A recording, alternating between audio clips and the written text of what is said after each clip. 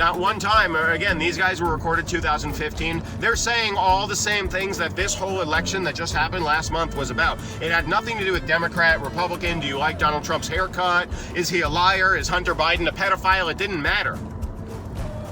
These guys, though, when they're not, I'll rule out Stiglitz. He's writing books and all, but Reich, when he's at UC giving these dumbass lectures about these things, he should play a video of himself, or he should watch me talking about himself. There's a video of him sitting there explaining all this. And he's like, yeah, we tried to explain this to the Obama senior leadership and the Treasury Secretary, Robert Rubin, who is a Citibank, Goldman Sachs guy under the Clinton administration. Well, it's going to be the same thing now with Biden and Harris. You just said what I've been saying for 2 months.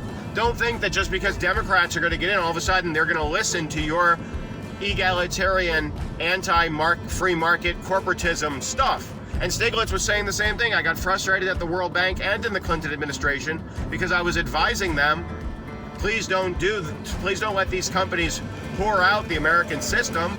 And they told me, like, thank you so much, Professor. You're great. Now go sit in the corner and don't say that ever again. At least Donald Trump, or any president like Donald Trump, it doesn't have to be the Donald Trump, might offend you. But as I've said to people, I've been saying this for 2 months, it doesn't matter what the person does. It doesn't matter if you like his haircut. It doesn't matter if he owns a beauty pageant. It matters, did he set policies that were good for the economy?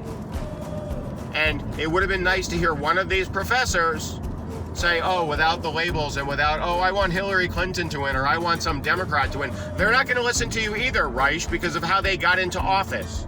The people, just like you were saying about Clinton's administration and Obama's administration being so happy that they passed Affordable Care, and then Stiglitz holds up that sheet and he goes, well, I'm not being a jerk, but the cost of prescription drugs went through the roof.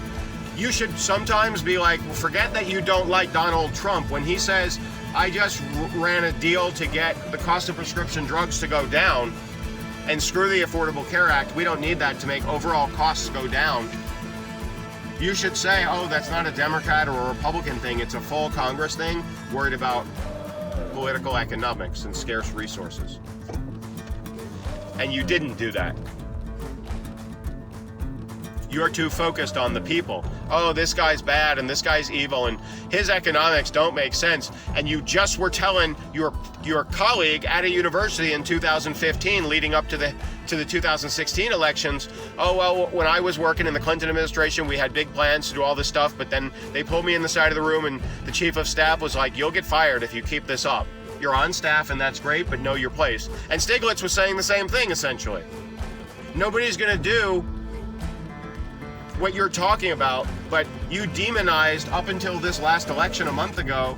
Oh, and the Republicans are so bad, and Donald Trump's policy on China. Meanwhile, you in 2015 were sitting there talking to Stiglitz, who won a Nobel Prize writing about sometimes globalism is a big scam with, oh, we're going to share an economy and we're going to have gig workers and it's all going to be great.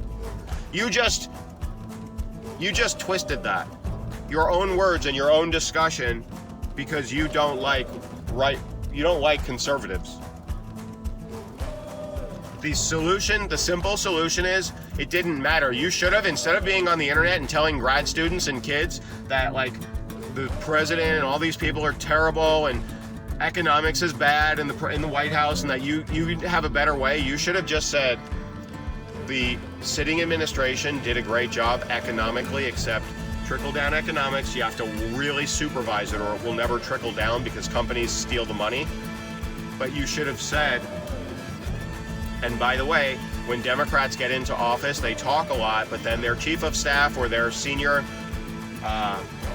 advisors will always say, come here, you better curb that lip with your economic advice. We like you here as a figurehead like Stiglitz and all, but we're not going to listen to most of that stuff you say, because we're funded by the same companies that siphon off the money.